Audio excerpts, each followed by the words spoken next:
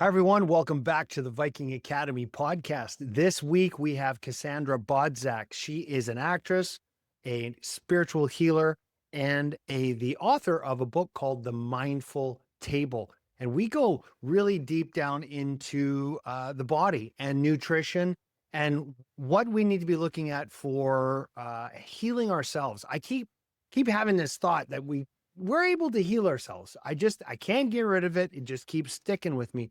And I truly believe that we opened up a couple of those cracks in the door that I think we will be able to open and to find out what we need to do individually to heal ourselves. And it all comes down to listening to what the body tells you it needs and not being so attached to it. We talk a lot about the addictions that I have. We talk about addictions to sugar, and what her experiences were with some really horrible food allergies, but how she found a way out of it. She's written a bunch of books. This one here, The Mindful Table, is awesome. There's a bunch of extra resources also in there. If you go to our website and go to The Mindful Table, there's a bunch of meditations that go along with the book. And again, it was a fantastic conversation. Again, it reminds me why I love doing these podcast interviews, is that I'm more and more convinced that self-discovery, being an explorer, exploring the body, mind, and spirit, and discovering what works right for you is the adventure. Instead of a one blanket covers everybody, like everybody should do this for their body, everybody should do this for their mind, everybody should do this for their spirit. No, it's like the world is a big literal smorgasbord. It's like going to the buffet. You get to pick and choose what works for you. Some foods work, some foods don't. You're going to find that out on this podcast. So without further ado, let's go explore.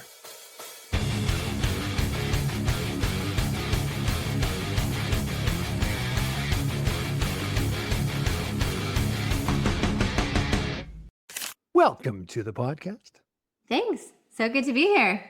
So I said that there'll be no preparation. There'll be no readiness. The interview will literally start and you won't even know it started. So that's what just happened. Okay. So talk to me a little bit about, so I got connected through your publicist, or someone reached out to me to say, hey, you should have Cassandra Ray on the podcast. I'm like, all right, sounds great. Let's go do that. So we've never met before. I'm very curious. Tell me a little bit more about yourself. Yeah. So Jen was scouring and searching because I had a book that just came out called The Mindful Table, which is all about tuning into your body's wisdom and reclaiming your power around how you take care of yourself, both like food, meditation, self-care, rest, exercise, all of those things, kind of tapping back into our innate wisdom around all of that. And so she was scouring for what she thought would be really aligned conversations for me to have around this. And that's kind of how we ended up connecting. My story obviously goes way before this book. And I've been in the mindfulness and wellness space probably for over a decade now, which feels wild. And I started off as an actress. I am also an actress, but this, whole career kind of took off, really from that place of my own experience of having my own dark night of the soul, so to speak, with my body and getting really sick and not being able to figure out what was going on and having to really come back to my own body's wisdom and open up that communication with my body and I believe my higher power to start figuring out what was going on. And for me, it was a few different food allergies that were giving me some pretty severe symptoms. And that set me off on this whole different journey of really exploring, like, what is it like if we take our own ownership of becoming food detectives and really, stewards of our bodies in that way, of instead of just taking in everything that someone was in a book or in an article or a podcast or any of this stuff, we approach it from that place of, I'm going to, be a detective. I'm going to try these different things out. I'm going to observe what it feels like in me. And also, I'm also going to listen to my intuition when I have inclinations towards a certain thing or away from a certain thing, and really strengthening that journey. So I ended up here, my first book, so I guess it's been over a decade. My very first book, Eat with Intention, came out a decade ago. And then this is my fourth book, The Mindful Table, a decade later. And I think we've come so far in the past 10 years that people are really open to listening to it in a different way than they were when I first started out. But yeah, that's a little bit about my journey. There's a lot of, obviously, things on the up and between, but that gives you like a good place to kick off with, I guess. Yes. Okay. So you said something there.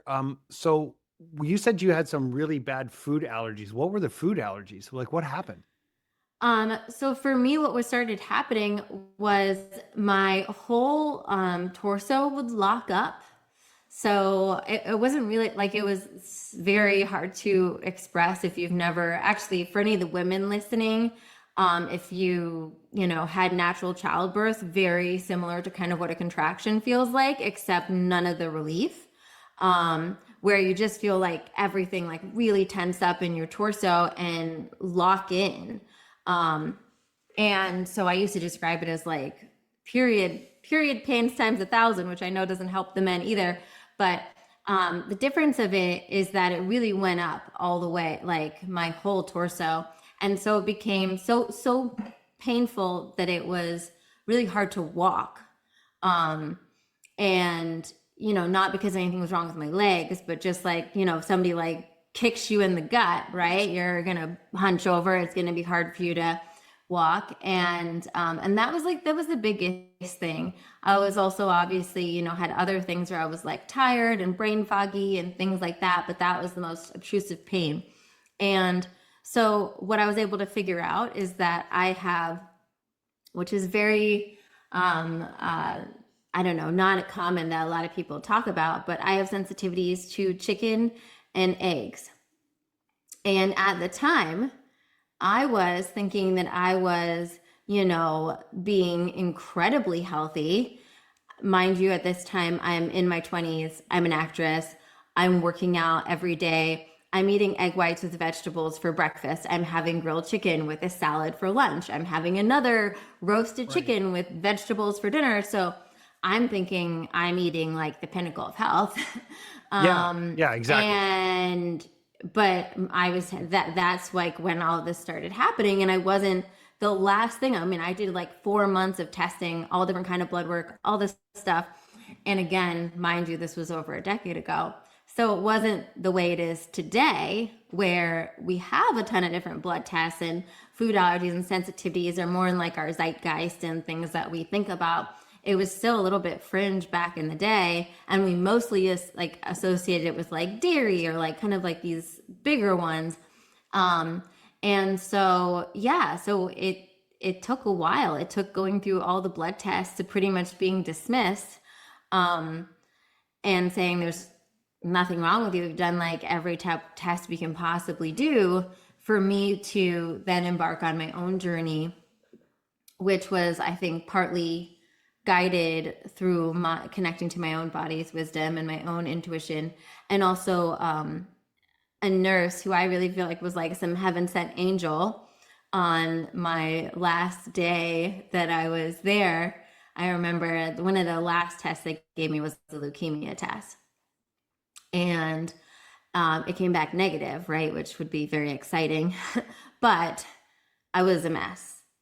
I was a mess. Not because obviously I was grateful that I didn't have leukemia, but I was a mess because I just felt like nobody knows. Like nobody's going to figure it out. And now they're at the end of the rope. They don't know what else to look into. And I'm just going to have to deal with this. And I was a dancer too. I mean, I was always been a very physically active person, did ballet, jazz, modern, lyrical. At this point, I was choreographing too, a couple of nights a week.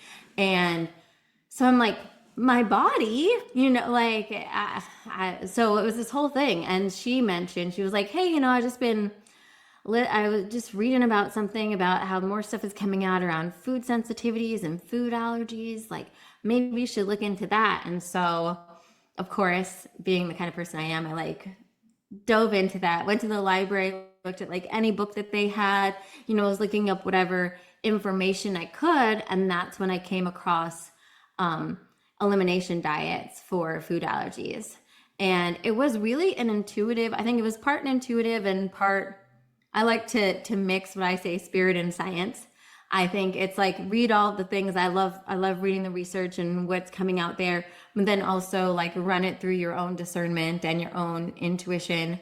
And so I took the typical elimination diet a step further, and I stopped eating all meat. And the reason I did that was not because I actually thought that meat was the culprit, because I really didn't at all at that point. In fact, chicken was the first thing I added back in and got incredibly sick, which is how I knew, because I was so ready to go back to eat the way I was used to eating. And I was so convinced that there couldn't possibly be anything wrong with it. But I eliminated it just because on the off chance that there was something going on digestively, meat can be harder to like, it takes a little bit longer to go through your digestion, right? So I eliminated on that thought, right? Of like, let me essentially start eating foods that are just be super easy for my body to digest and mostly don't flare up any sort of the top allergens or common sensitivities and stuff. Yeah. And then literally within, the first week of doing that, I felt like a totally different person.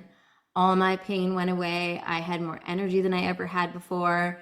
It was remarkable. And then you start adding things in little by little to kind of see what it flares up in different sensitivities. And that really set me on my journey and became the foundation of a lot of what I teach in the Mindful Table, is to be that kind of detective with yourself, right? And I say, if you don't, the detective work I teach in the Mindful Table is less, I think, of an extreme version, because it's for the person that maybe isn't like me, where I was like in bed, barely able to walk, like all that. But for the average person that's maybe like, I notice I'm bloated a lot more than usual, or I notice I have this like thing going on with my skin, or I'm feeling more brain foggy, right? And or I don't have as much energy, whatever it is, right? Like those things that we have really the ability to kind of go in and see what's helping us and what's hurting us in not just food, but in everything when it comes to like our workouts or how we're sleeping, all different kinds of things. So you've said a bunch of things here that I'd love to dive into a little bit more. So I've had this niggling feeling in the back that we can heal ourselves. Like that, it's that gut feeling. There you go. The gut feeling. See what I did there? Is a gut feeling that we can actually heal ourselves. And I love how you combined taking the science that we know and combining it with the intuition that we have. I think we've known and we've lost as humans. I think we've hidden it, we've buried it under the guise of, scientific progress. So everything becomes more scientific, and it's not this or that, it's both. So I love how you've brought them both together, because that doesn't mean that because I talk to people quite often. They're like, yeah, we need to stop doing all this mind stuff and we need to get more to the spirit. And then other people are like, what's spirit? Forget it. It's all like mind stuff. And I'm like, well, shouldn't it just be both? Right. And so I love how you brought those two together. But I just can't help from thinking that we have ability to actually heal ourselves. And I love your story, because you've actually healed yourself through inquiry, being inquisitive, being an explorer, and then actually testing and trying it on your body to see what worked and what didn't. Right. Because, and what you're saying here, I'm getting the Mindful Table. I'm going to buy it right away, because I've been having these bags under my eyes, the brain, like you started naming a bunch of things that has been happening to me lately. like I've had these bags under my eyes. I'm going, what is going on here? Probably can't see it now because I got the zoom filter is really good, right? Because you Yeah. got a zoom filter, so you look really good on the screen, right?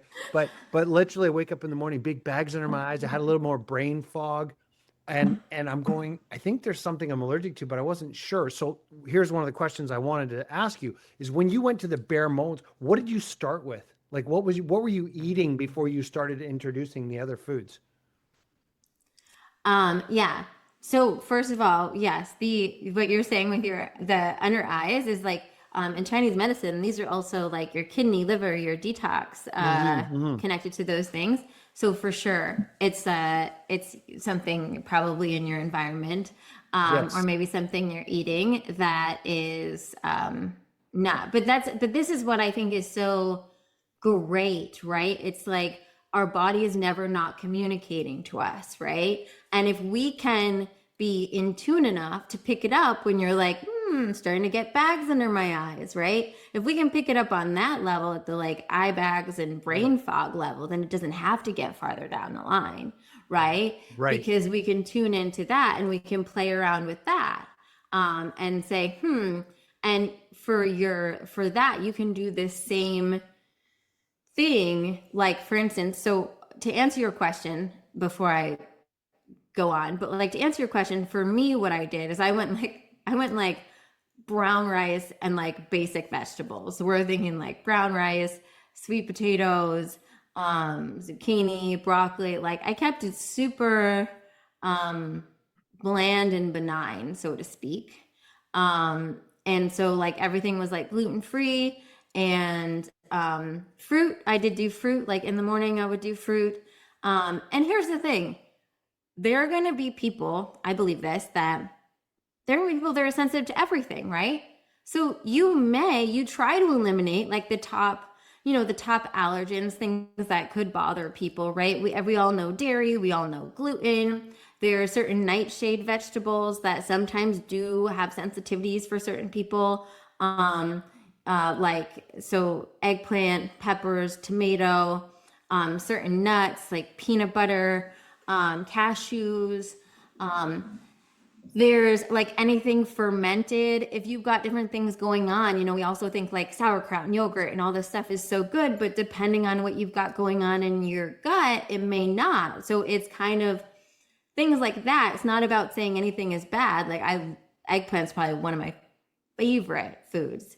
But just being like, okay, for this thing, I'm going to strip all these things away and then slowly add them back in, keep it really basic. Now, of course, I could have had a weird thing to broccoli or something, right? Some people, but it's just about getting as clean as you can and then seeing how that feels, right? And then adding one thing at a time. So being like, okay, now I'm having that, maybe I'm like really missing having some coconut yogurt in the morning.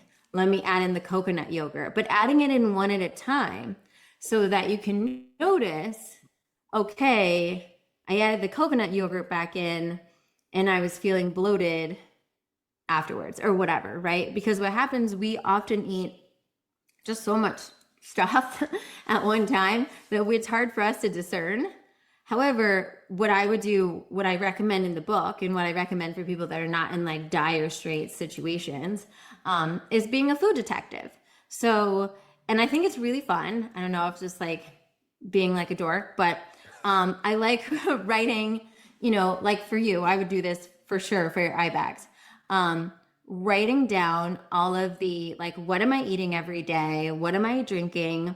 If there's any other like supplements you're taking or any other sort of like environmental, like when it comes nowadays, especially for things like eye bags and brain fog, if you're in any environments with scented anything, scented candles, any sort of aroma things, if you have any sort of like shampoos or body products like that, I would just start logging it. Like for most people, you probably, around the same, like if you have an air freshener in your car, which I don't recommend, but if you do, log that down, right? All of these things are things that you're probably, you probably use the same shampoo for at least a month or whatever until you run out of it, right? So I would write all these things down that you're regularly like interacting with your body, plus what you're eating and what you're drinking, and then just start observing as certain things pop up, right? So for instance, if you're, let's say you alternate between like 3 different breakfast items, right? Like one breakfast you'll have, let's say can you tell, I love coconut yogurt. You'll have coconut yogurt with some berries or some granola, and you write that down, and then you're doing a podcast at 1 p.m. and you're like, how am I feeling as I go on this podcast, right? Do I feel satiated and focused? Do I feel good? Great. Okay, you could just write good, no big deal. And then you start noticing, okay, maybe the next day you're like, I'm in a rush, so I'm gonna just grab this protein bar on my way home from the gym and hop into my first calls of the day. And you start noticing maybe like an hour into your first call, well, I'm feeling like actually a little bloated or gassy, right? And so you just start refining that, and you just start making little notes. And again, it shouldn't be this like all-consuming, all-encompassing thing. I'm like, write it on the notes, section of your phone, jot it down. You can even take a moment, at the end of the night, maybe to like look over, see if you missed anything. And then let's say for something like that, you do this for like a couple of weeks, and then you look back and you start noticing the patterns, right? If something new emerged, for instance, if you're like, wow, my eyes were fine for X, and then you're like, look back and you're like, when did that kind of start shifting? And then you want to see, okay, well, did anything change? Am I in a different environment in any way? Did I introduce something new to my environment? Am I using a different moisturizer or a different shampoo? Am I doing a different laundry detergent? And because all of that detoxes through our body too, right? All of that stuff that we put on. And then similarly, did I add in any sort of supplement or any sort of, food that's new if something new arises? Now, at the same token, for most of us, especially, people like me and you, we're not 10 years old anymore. We have years of buildup that our body is, working through. And the older we get, the more we keep adding to that. And, those detox pathways may need a little bit more love.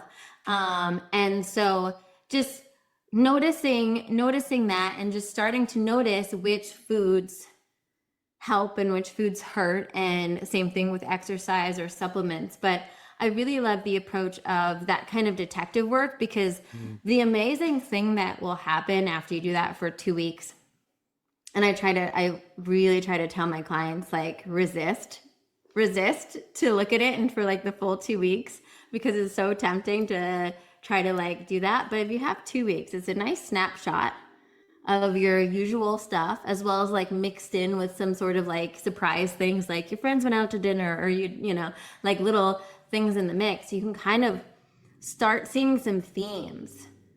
Wow, I noticed that I noticed on Wednesday, I felt like I was a little low energy, and maybe I was fighting something off.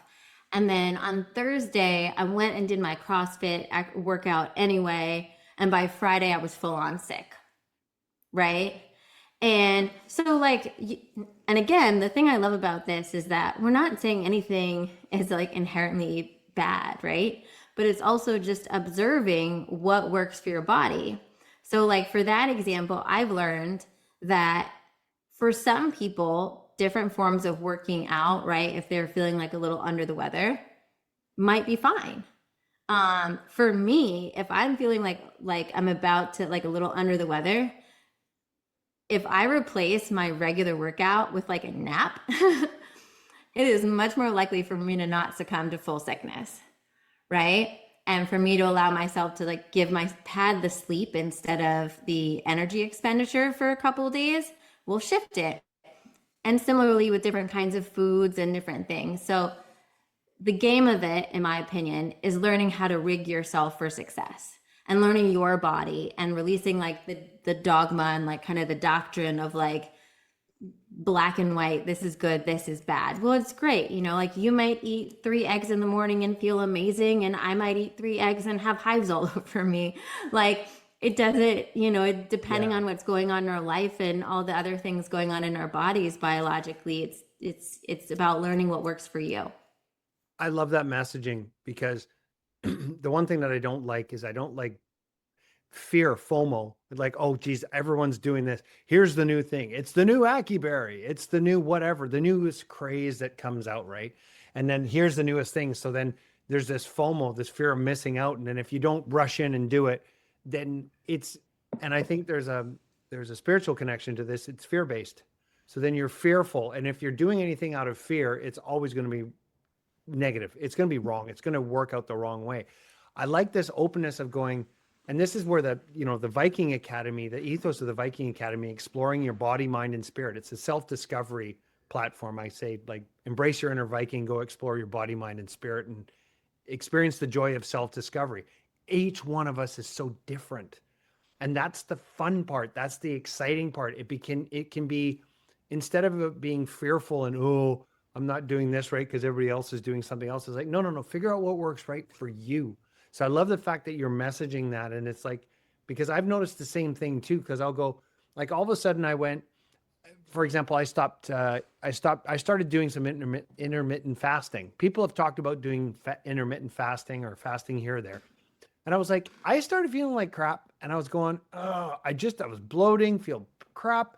Talked to someone, they were like, oh my God, I got rid of gluten. I feel amazing. And I was like, oh, okay, well, why don't I try that? Pulled the gluten away. I went, I feel great. And then I tried something else and I was like, don't eat anything late at night, Eric. Okay. So I stopped and I noticed now if I eat something too late at night, I wake up in the morning, I feel like I got that little package in the gut again. I've started doing intermittent fasting, tried that. And all of a sudden it's like, I don't eat from about 8 o'clock at night till about 12 the next morning. So ish, right? And it's kind of works like that. I feel incredible. When I go off it, I feel like crap. So I'm actually being a food detective now. And I love how you put a label on it because it's actually, that makes it more fun. Like being a food Exactly. detective. Exactly. And I think exactly what you said, it comes from that place of taking these actions from a place of self-love and from a place Mm. of genuinely wanting to honor and nourish your body instead of taking it from a place of fear and scarcity and lack. And, you know, I feel like you touched on a bit of like the peer pressure element that can be in like the wellness world. But there's also this part, I think, sometimes when we give our power away to people that, whether it's a podcaster or it's someone you read a book on or whatever, and maybe they're a doctor and whatnot. And it's not about like, don't read, don't ingest. Like I love research. I geek out to research all the time. But I'm a big like, great, I just read this like new study on like X, Y, and Z and how, you can eat this. And I'm like, let me try it out. Let me play around with it, right?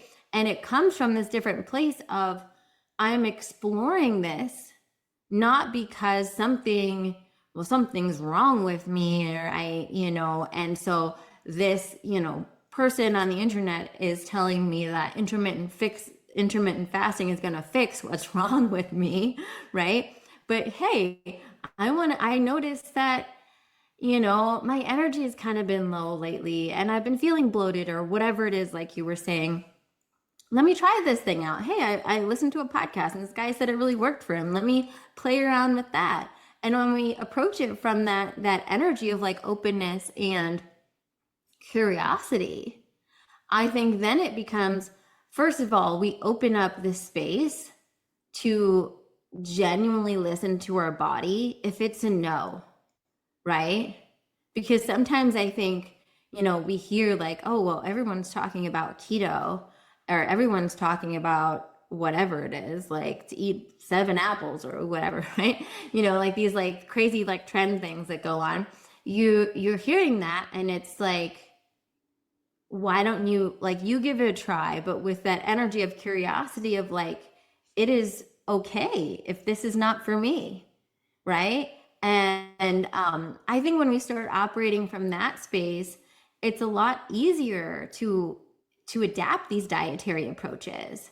like with the gluten thing, which is like a hot topic all the time. It's like, for me, I always say, like, when I grew up, eating like banana pancakes after church on a Sunday, like, was one of my favorite things, right? And so as I got older, like, that was still, it was more of like a comfort food.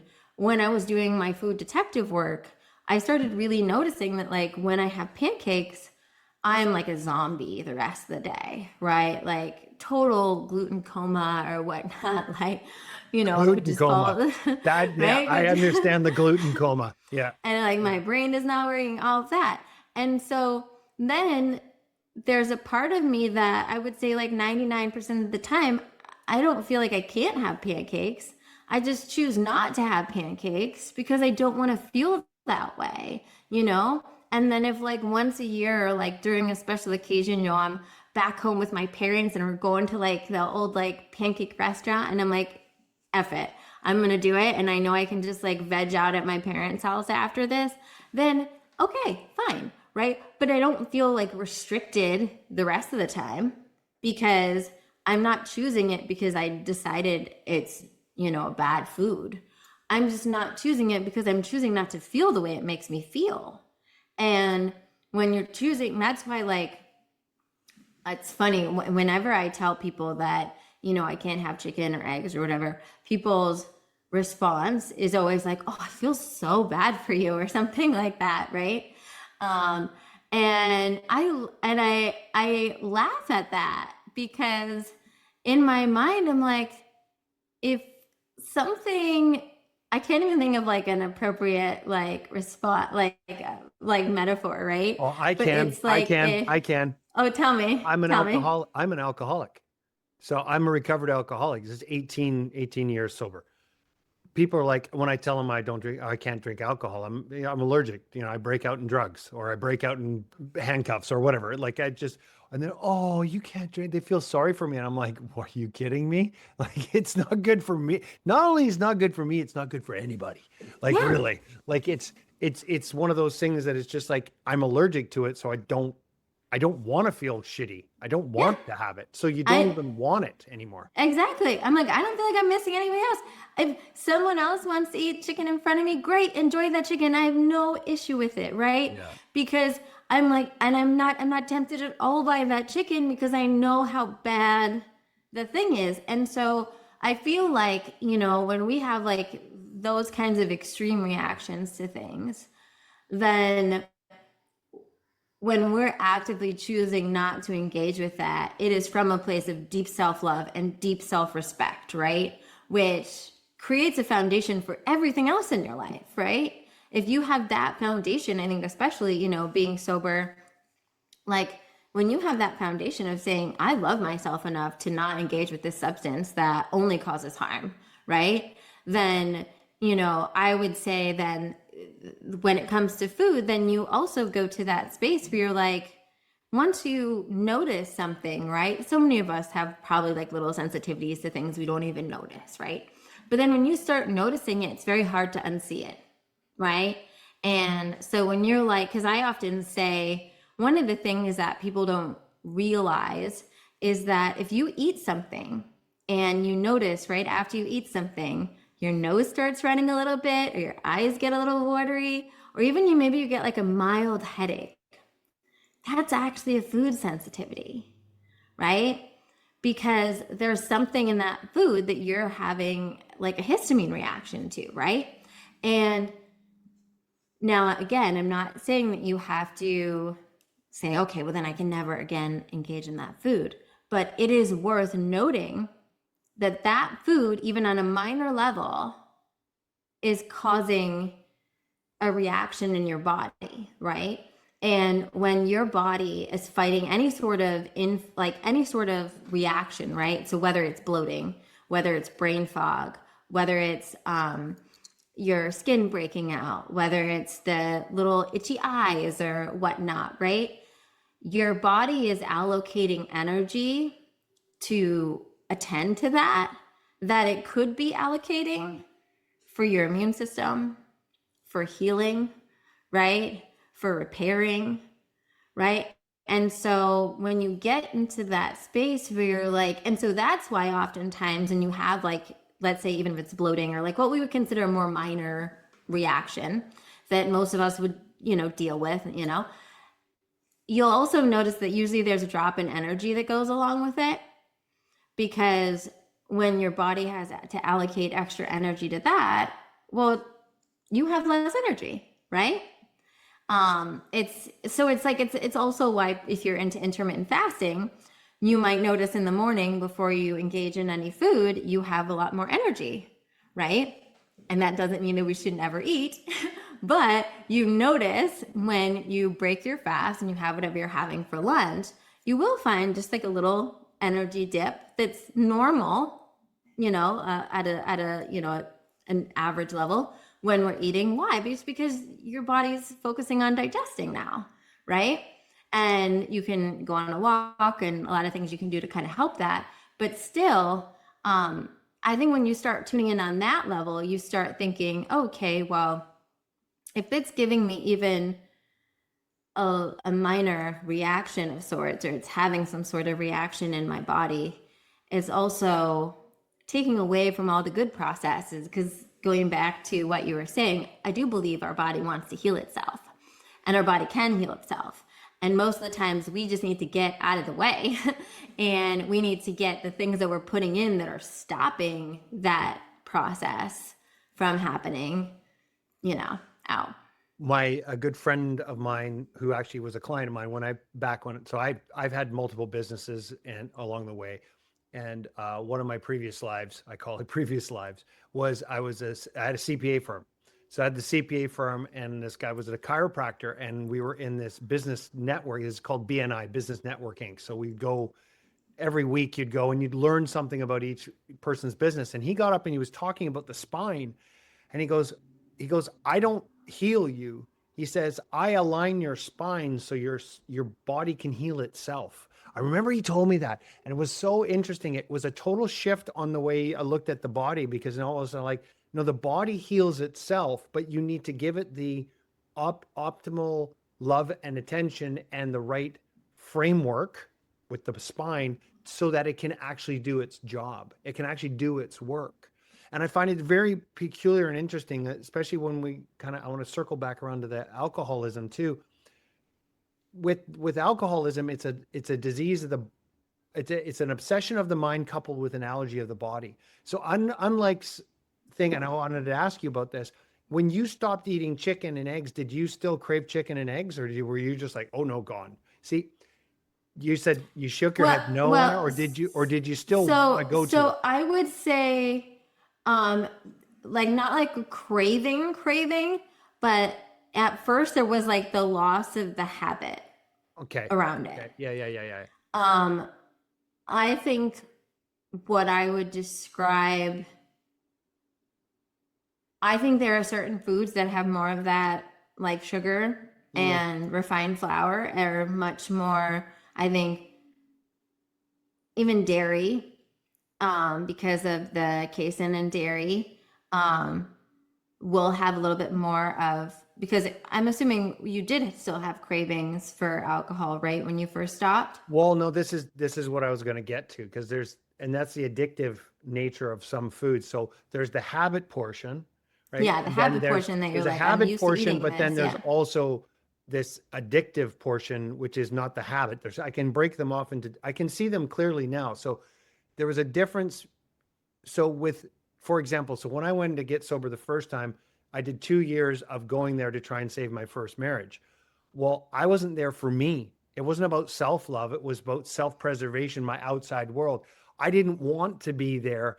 And so the weird thing about alcoholism is that it's a disease of the mind and the body. So it's an obsession of the mind coupled with an allergy of the body. So the body's allergic to alcohol, but the brain is obsessed with it. So like if you had someone who was allergic to peanuts, they'd run from it. But you have an alcoholic and you put an alcohol in front of them, they're obsessed with having the alcohol, even though they're allergic to it. So there's this weird dynamic with the alcohol that causes the same thing. Now, the second time, so I did 2 years in, and then I went out. That first marriage broke down. Then I went out for 4 years to try some controlled quote unquote drinking, which turned into a complete shitstorm and complete crash. And at that point, when I hit the bottom, that's when I surrendered completely. Haven't had a craving for alcohol since. Right. But that was a complete surrender to what the body was telling me. And then also releasing the mind to a higher power. So going like for the last 18 and a half years, I've been doing nothing but seeking a higher power and clearing a channel to the higher power. So I love what we're getting to here. And you're saying the body's talking to us all the time, which is our intuition and us talking to the creator, which is, so there's this connection of the body, mind, and spirit that once we surrender to it and listen to it and follow it, then things start to go into alignment. Absolutely. And I feel like I had that same moment of like absolute surrender. And like for me, it was like just being in pain and having all these tests come back negative, and then finally getting to that point where before that, I had, for different intentions, right? I was already eating like a somewhat restrictive diet, right? Because I was trying to, be skinny and be fit or whatnot. And so I'd had all these kind of experiments with eating, let's say, and it's not like I was like living my life eating all the things, and enjoying everything. So I had all these experiments with it, but it was always from a place of wanting to change myself to be better in essentially for other people, right? To be like, oh, well, I want to be attractive as an actress. I want people to pick me, like all of that stuff. It was never from a place. And I think deep down, I always knew that a lot of the ways I was going about that weren't honoring my body at all, or weren't the best for me at all, right? But then I think just like what shifted from you from like doing it for your ex-wife versus getting to a place of having to be brought to your knees, and choosing it for you, and choosing it because you are no longer willing to do this, and you are kind of in that place of surrender. That is what I try to help people do without having that level of pain that we both had to experience to get there on a micro level. Is if instead of me sitting here and showing you all of the studies on how gluten creates inflammation in your gut, or dairy does this, or whatever the things, right? I'm like, just go and make a notation every time you have that, right? Same thing with sugar and refined flour. And I would put like sugar, refined flour, highly processed food in a very similar camp to alcohol. Where there are, and that's something that I work with people. I talk about this in the book too, because I am someone that is allergic to refined sugars, right? In that way, right? Where I discovered this about myself through actually just doing a sugar detox, because I was experimenting and wanting to do, I had read some stuff about it, and I was like, okay, like I think I'm pretty healthy. I'm eating pretty healthy. Let me do a sugar detox. And when I did that detox, and then I remember it was towards the end of it, I went out to brunch with my friends, and I ended up getting, it was like at this like hipster cafe in New York or whatnot. And they had like a tahini toast thing with berries on it. And I didn't see on the menu that it had like a honey drizzle all over it. I was allowing myself to eat fruit, but not like, that like sugar stuff. And I was like, but then I was like, oh, it's fine. It's like it's honey, it's not a big deal. And I ate that. And then literally the rest of the day, I was like walking around East Village, grabbing like a cookie at this place, or a pastry at this place. And I remember like ending up at my gym in Union Square at like 9 p.m. at night, having a breakdown, being like, all I ate today was variations of like refined flour and sugar because of that one thing I had in the morning.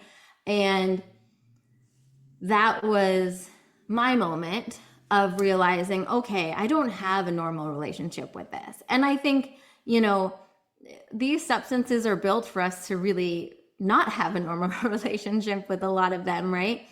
But when we realize that, then the loving thing to do is to be able to say, okay, well, from a self-loving place, I don't want to engage with this. And it's not because anybody told me it was bad or wrong or whatever. It's because I don't want to feel the way, I never want to feel the way I felt that night. Right. And that's part of loving yourself. So I talk about that in the book, that there are certain foods that you may have to say, this is a forever no, right? There are certain foods that get to be, and like you said, with alcohol, like I'm someone with alcohol that like, I mean, I don't, because of, I think I know the effects of alcohol. For me, the next morning in alcohol, I don't, when I do, if I had like a glass of wine, the next morning I feel so anxious and gross. And I'm just like, there's enough things in the world to give me anxiety. I don't need to be like actively choosing one. But so that's like not as much of a thing for me. Whereas like if you put like some like fresh baked chocolate chip cookies in front of me, you know, it's really hard for me to just have one, right? And why would you have so, one? No, that's, I don't get the one. The one doesn't make sense to me because I have one cookie, I'm going to eat the whole bag. I literally somehow married a man that is that person and drive like how like He has what? one cookie? He can do it. He loves like he can literally eat. He'll be like, oh, I'm just gonna have. He'll have one cookie at night with his like tea or whatever after dinner, and it'll last him all week. Meanwhile, I'm like crawling out of my skin. Yeah. Yeah. I'm like, go hide them, just hide them, you know? So I think that's, again, that becomes part of your detective journey. And if there's something, and it might not be like such a broad thing, it might be for you, you just notice that there's like a certain donut place that you seem to always end up at, right? And you're like, this is becoming like a daily ritual that I don't want. And then I like don't feel good afterwards. You may need to go cold turkey on something like that to be able to, you know, unwire that pattern from you. And I think that, again, that just goes back to this, what I try to teach is like, this is a journey of like, know thyself and rig thyself accordingly. And we're all going to have different things, you know, someone, and so sometimes having the broadest strokes of something, it doesn't have to be like all sugar. I have no problem. Like I can eat all the fruit, right? I can eat all the fruit. I have no problem with fruit. I can absolutely stop and like my body will let me know when I'm satiated with pineapple or whatever you want to think, right? I'm not ODing on fresh fruit. Now that's not to say that there might not be someone that's so sensitive that they need to even back away from some fruits for a while because the fruits will lead them to want a cookie or whatever. You know, I think it's all about it's a gateway drug. It's Yeah, fruit could be a gateway drug right? for them. Yeah. I think you just have to, it's part of it. It's all part of it, and learning yourself and learning where you're at with things, right? Right now, like I can absolutely have raw honey in my tea, and I think raw honey has many medicinal properties and stuff like that, and it doesn't have that effect on me right now, right? But I think it's about learning where you're at with different things, and for you, what the medicine is. If the more loving thing and the thing that feels easier and more honoring right now is to fully eliminate something that you don't feel like you have a healthy relationship with, and that is the right response. And then if you're coming from the other background, where I've had clients that come from a highly restricting background, and that was a way that they use food for control and to punish themselves and to not feel things and stuff, then the response for you might be different. It might be just saying, I had one client recently where she was coming from a restrictive binge background. And for that, it was not that she could never have dessert or a treat.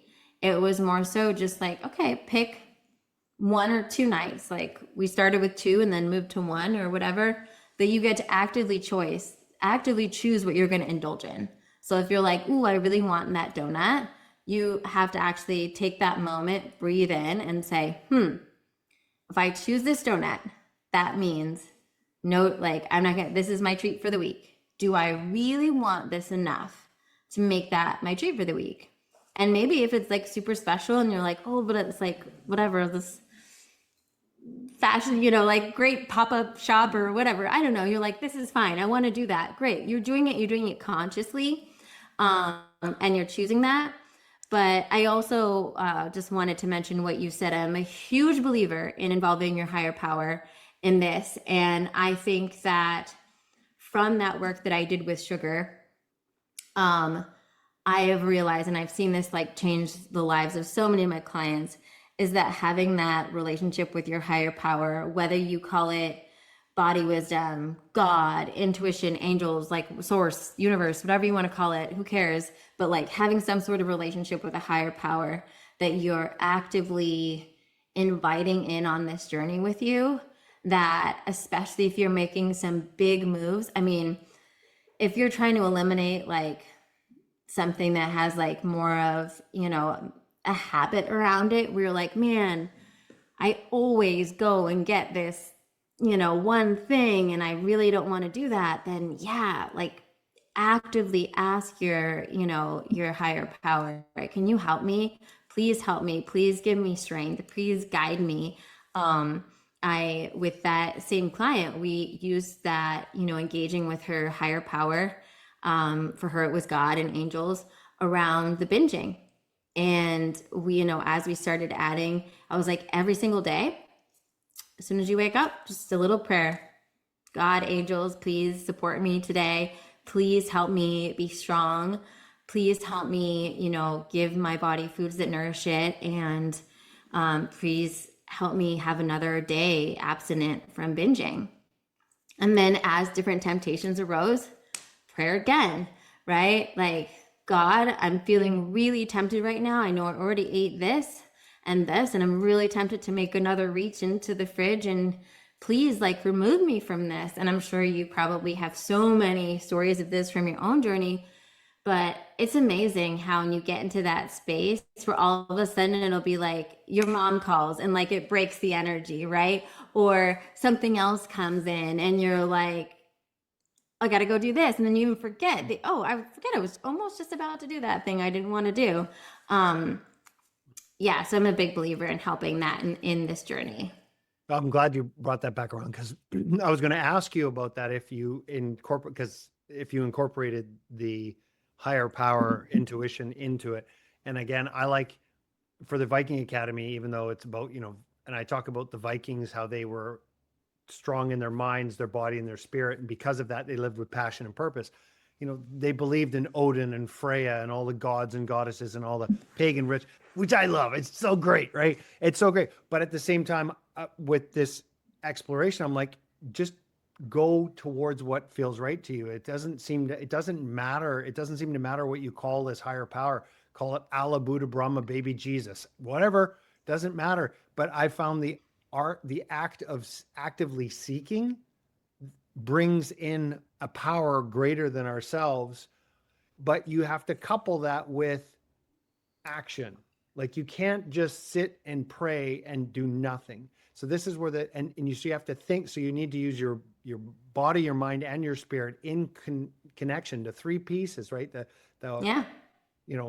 Father, Son, Holy Ghost, right? Or whatever, the Holy Trinity. You need to activate all three to make this work, and, Yeah. and so, for me, but even within that, it's an individual journey.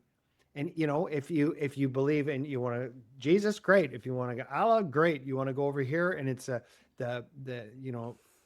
Nisargadatta Maharaj, maybe it's a Bhagavad Gita, whatever. Just go explore and you'll find out what resonates with you. And it's figuring out what works for each one of us, right? And I find that, and I love what I'm picking up here from this whole conversation. It's that the joy of looking for it because you want to, and you've said it, it's self-love. It's truly the highest form of self-love, is you want to do it to take care of this body as opposed to fear of missing out. So it's like searching for a higher power because you want a higher power in your life, not because everybody else has one. And if I don't get it, I'm going to hell. Do you know what I mean? Yeah. Like that's the Old Testament. That's the old, Yeah. you're going to hell, you sinner. You're going to hell, right? No, Yeah. like, no, it's like, no, fucking go. My experience has been that when I'm down and out and when I reach for the higher power and I ask for help, that's when I get it. But I only get it if I'm actually doing it. So faith without works is dead. And so when you were saying that about, because I've had multiple times when I'm think especially about sugar, I'm a sugar fiend. Like if I get that story you had about the one treat and then eating sugar all day happens to me still to this day. But I know that if the one thing that saves my butt every time, because I don't remember to think about the higher power, but I'll be like, oh, I really want this. And God, stop me from getting the cookie. He goes, don't eat it. I want the cookie. He says, don't eat it. I want the cookie. Don't eat it. I don't want it. I'm going to eat the cookie. Don't eat it. I'm chewing it. Don't swallow it. I'm swallowing. I'm swallowing the cookie. Next thing I'm turning into Cookie Monster. It's going everywhere. If instead of doing that, I combine it with God to help me, and he said no, and then I'm like, okay, who can I help? Boom. That's for me, that's the big distractor. Who can I help? If I can turn my thoughts to somebody else, it gets me out of the bondage of self. Like it gets me away from that self. And this is the weird balance. We're talking about self-love, which sounds like selfishness or being self-centered, and self-love are not the same thing. They're completely opposite. Like once you have true self-love, you love others as yourself, right? Absolutely. Completely. So I love the fact that there's a space you can get to, which is honoring the self and loving the self, but not the egoic self, the higher self. Because that's Yeah. what we're talking about. You're actually honoring the creator by taking care of what he gave each one of us, which is, I think, is the ultimate gift is that God gave me. Yeah. Like that is the ultimate gift. And I'm now going to be a steward and take care of this thing. And when I'm taking care of it as if it's not mine, it's a gift that I get temporarily. It's a temporary gift that I have to give back at the end of this, right? Whenever the end of my dash is. Now I'm treating it as the true gift, and I'm honoring the gift, and I am now honoring my higher power by doing that. And I think that's the connection there. Absolutely. And I agree with you. In my work, it's so funny. I call it practical magic. And it's the combining of like the earthly and then the energetic. And so whenever I give like any sort of like assignment like that, right? So what you were saying is like you have faith without works, right? So you have this, prayer that you're doing. But then she also had like 3 steps of things to do when like the binge came on. So we were already doing one, like trying to set the foundation by starting every day with like a body gratitude meditation, tuning in, talking to her higher power, asking for that grace as she went through her day. And then in the moment of having like, okay, what's my process, right? If I'm feeling cravings, one, and I, do this differently for each client because we just talk about what they think is going to work for them. It could be, writing in their journal. I'm going to go to a different room that doesn't have the fridge in it or whatever. Mm-hmm. Go write in my journal. And then the next one could be, I'm going to do EFT tapping, or the next one could be, connection is a huge one, right? So it could be as simple as, okay, I'm just going to call someone, right? And maybe I don't even need to go to it's great, help people, great. But like, maybe it's just about call literally anyone that you haven't spoken to in a minute and just ask them how they're doing and just listen to what's going on for them. And it could be a bajillion, there's so many different things, but I agree, having like a grounded action plan around it. And it's the same thing, like, one of the other tools just in general, let's just say for someone that's like, okay, not in like binging or, any sort of like addictive stuff, but maybe they're just trying to, revamp and like eat in more alignment with their best feeling. Well, you can rig yourself for success by, the night before just taking a moment and being like, okay, let me quickly plan out my food for the next day.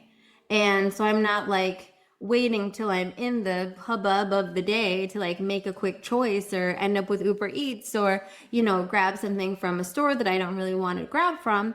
I can also give myself that grace to the night before. Again, you can invite your higher power into this and invite your intuition and say, okay, what would be in my highest good to eat, work out, whatever tomorrow?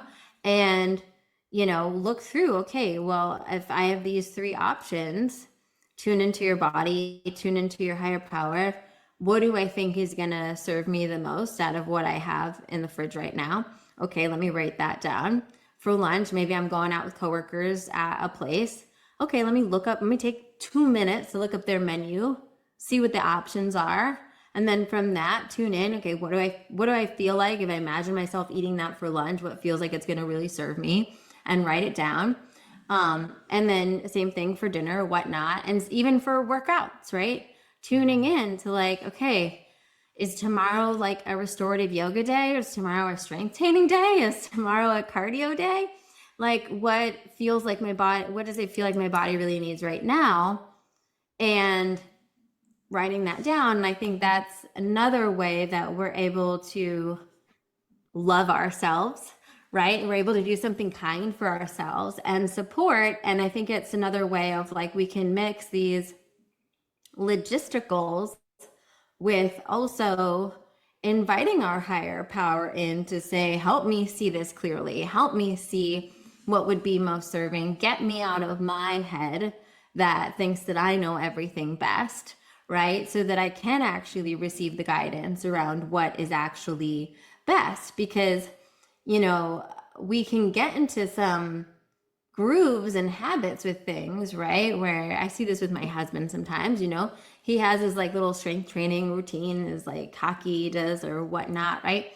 And, I can notice if he is like a little under the weather, like his energy is waiting, and he'll be like, babe, do you think I should just tune in and see, are you gonna feel great after this? Or do you maybe need to take a rest or do like a more lesser routine or something, right?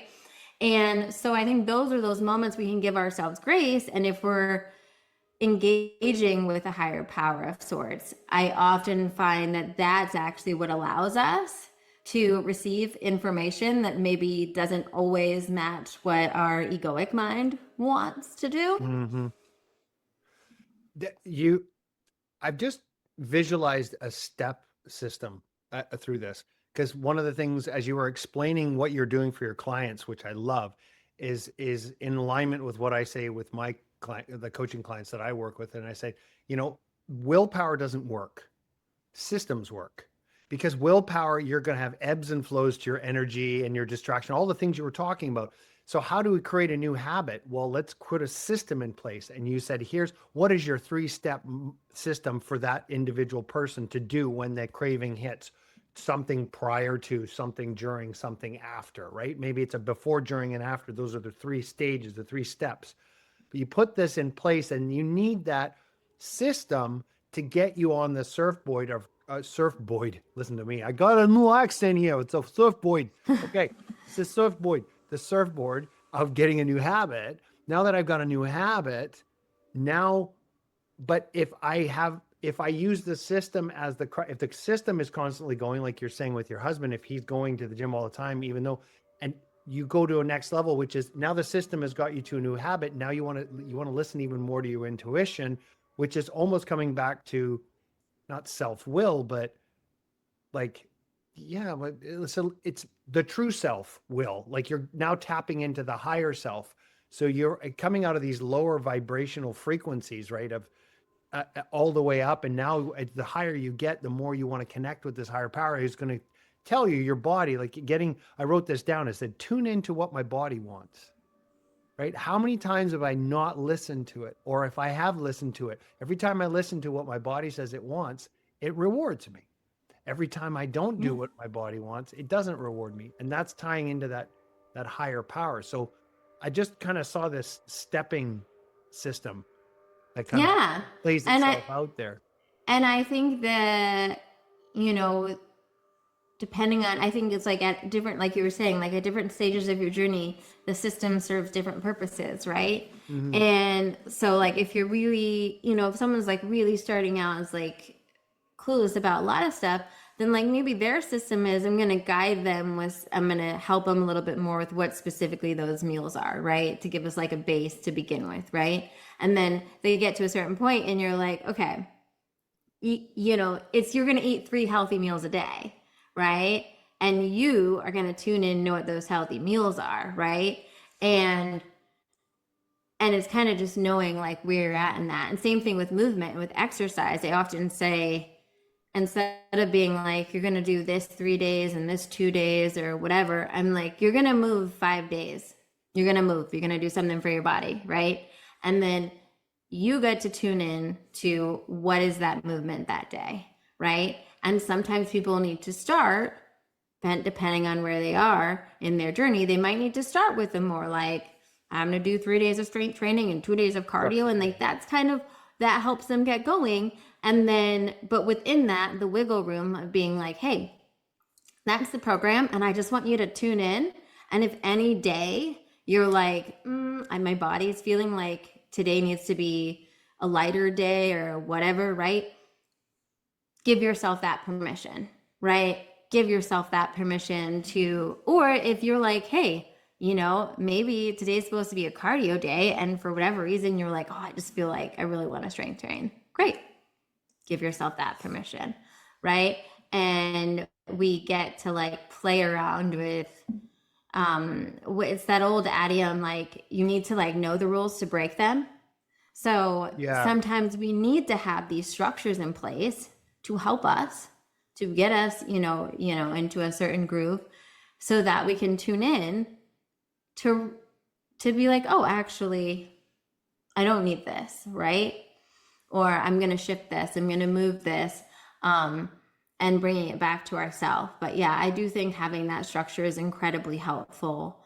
In general, it's helpful for a lot of us. I like how you said before that there's like a detox that has to happen first. And so I think about it as early sobriety. Like you just like, I also play in an 80s heavy metal band. I'm the drummer and lead singer in an 80s heavy metal band. I go and play bars all the time. People are drinking, doing all sorts of things around me. I'm completely safe. But if in the beginning of sobriety, you were to say, okay, go and hang out in a bar, it's not a good idea. Like, just don't do it, right? Like you need to kind of get yourself out of the danger zone first to create a new healthy habit. And then within that healthy habit, you then have options and you start realizing that there's actually more, there's more freedom in having, the more you say no to things, the more freedom you have to say yes to the things that really matter to you, if that makes sense. Like you open it up and all of a sudden, like you're saying, do I miss chicken? No, don't want to ever have it because I know how I feel. It's like for alcohol, for me, it's like people go, oh, don't you miss it? I'm like, are you kidding?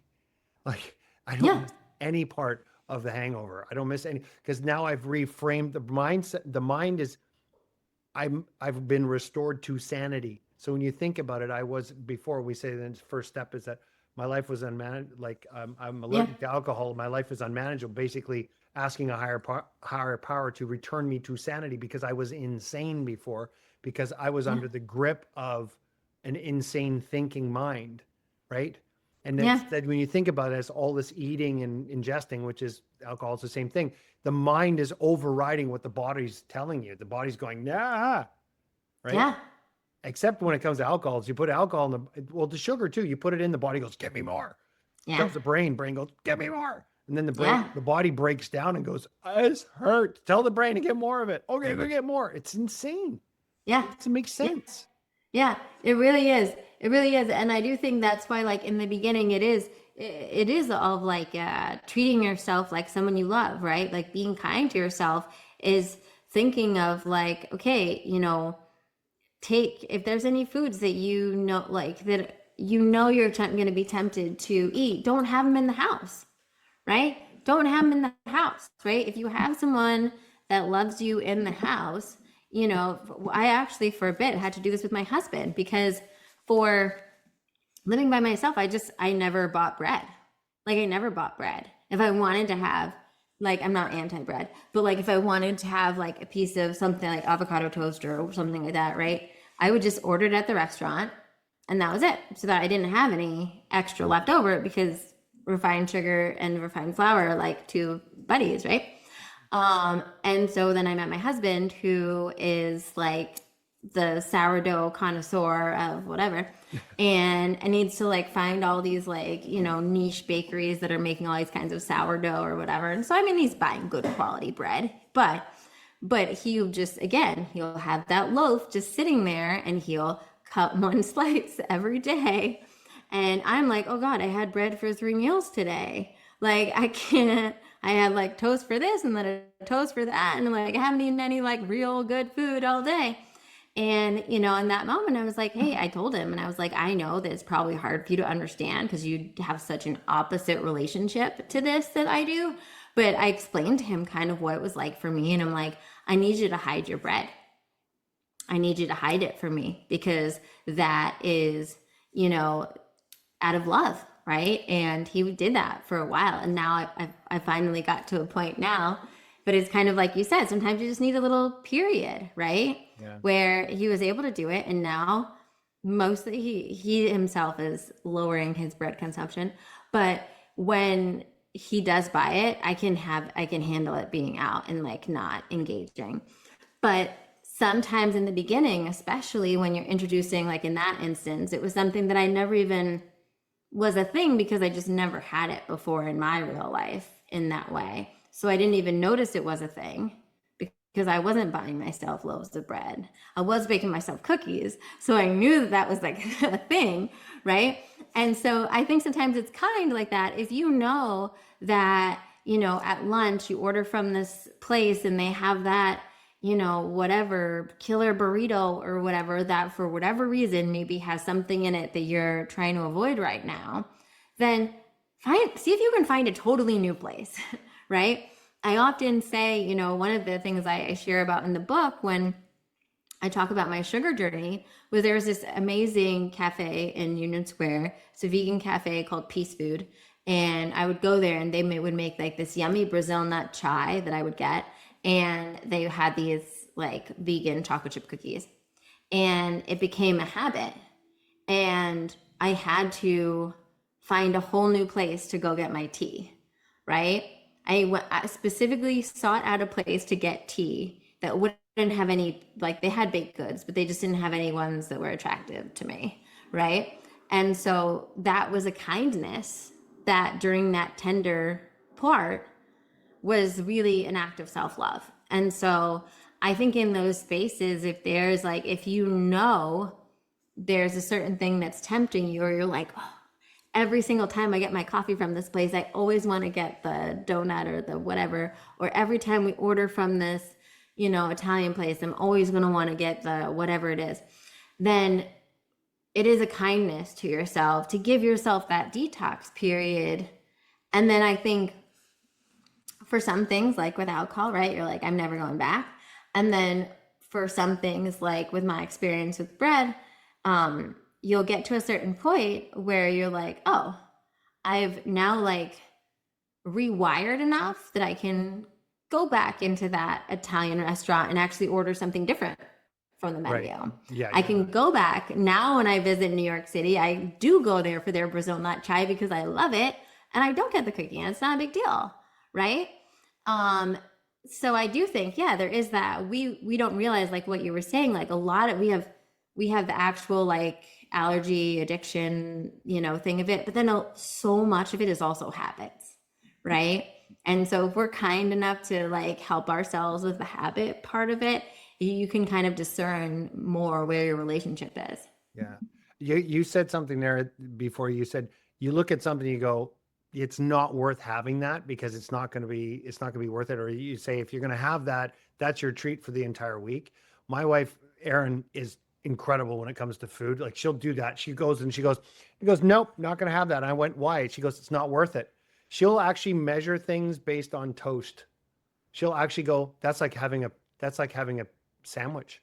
And she equates calories to like a slice of like a piece of toast is like a treat because it's like got so certain amount of calories, but she'll be like, it's not worth having that because it's not worth the way I feel. She's wired herself enough because she got hypoglycemia as well. Like, so she's really careful with her food. And I find that certain things I get to a point where I'm okay with that and I'll go, yep, it's not worth having that. And I'll start feeling that ride that wave, but it's so easy to shift back into it. Right. And I think that the key that I picked up from our conversation here is this connection between the mind, body, and spirit. And it's like, I'm realizing now that there's a saying in AA, it's like, relieve me of the bondage of self, that I better do thy will. And it sounds paradoxical, but it isn't. Is when I get relieved of the bondage of self, I am better able to love the true self. Like, this lower self is this bondage that we have over this physical world and addictions and diving into sugars and seeing what it takes off. And I know the things that fire me off now because I've kind of realized that I've been a bit of a doctor, a food doctor, but I'm going to be more, no, food detective. I'm going to be more of that now because I know what sets me off, but I got to bring in that, realize that it's the same thing with the food as it is with the alcohol. It's like, it's a bondage. You get, Yeah. and it's a bondage to the lower self so we call it the lower self. But as soon as you free yourself from the lower self, you actually are open to love the true self. And, I agree. And I think one of the things that I sometimes remind my clients of that I think echoes that is that oftentimes we're eating to fill a God-sized hole. Like, Ooh. we're eating to fill a hole that actually only our higher power can fill. We're not actually eating, like, there's difference when we're eating because our body actually needs nourishment. But like with what your wife was saying, like if it's like a treat or something like that, a lot of times it's like you're eating to fill a hole that really God can fill. And maybe that's you want a little sweetness at the end of the day because it's been a stressful day. Maybe that, a lot of times we're dealing with things that are coming up in our life that are uncomfortable. And so we eat as like a distraction or to kind of feel so that we feel full and then we're not thinking about that thing.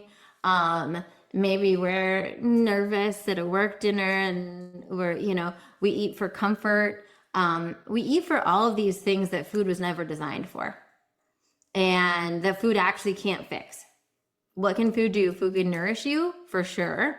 Food can, depending on what food you're eating, can provide amazing nutrients and help your body and assist your body. Food can be a great medium to break bread with people that you care about, so to speak. But in those moments, it actually doesn't matter. You can have that same connection over a beautiful dish of roasted vegetables or a pizza, right? The actual food doesn't matter. You're not missing out on that, right? But ultimately, I think in that moment, that's where, when you're on this journey, having a relationship with your higher power helps you. And that's kind of what I was saying with like your lower self. You're describing like lower self and higher self. Like your lower self is like, I've worked so hard this week. I deserve the pizza, right? And it's like, no one's telling you don't deserve, a reward for working hard or anything like that. But it's like, that's your lower self reaching for something that's not actually going to give you what you really want, right? And so if what you really want is kind of relief or acknowledgement or whatnot, right? Then having a moment where you like tune in to your higher power and actually ask like, what is going to help me really, soothe this craving that I'm having, right? It's often not going to be food. It's almost never going to be food, right? Maybe it'll be like, hey, maybe you and your wife should put on your favorite movie tonight and have like or play a fun board game that you like, right? And, maybe you get to invite her in to say, hey, I've had like a really busy work week. It would be great if we could like pick something fun, just even if it's just at home tonight for us to do to kind of be silly and laugh and celebrate that, right? That would so much more full, like feel that hole. And I think oftentimes, and sometimes it is as simple as the conversation with your higher power.